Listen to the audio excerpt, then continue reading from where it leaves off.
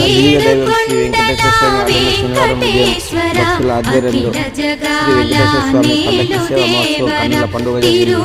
శనివారం ఉదయం ప్రారంభమైన పల్లకి సేవ భక్తులు భజన పాటలు పాడుతూ గర్భాలయం చుట్టూ 5 ప్రదక్షిణాలు చేసి అనంతరం ఆలయ పూజారి నరేంద్ర ఆచార్య ఆధ్వర్యంలో భక్తుల పేర్ల గోత్రనామాలచే ప్రత్యేక పూజలు నిర్వహించారు. అనంతరం ఆలయ committee chairman Kanchi Madhu soothen భక్తుల తీర్థ ప్రసాద వితరణ గావించారు.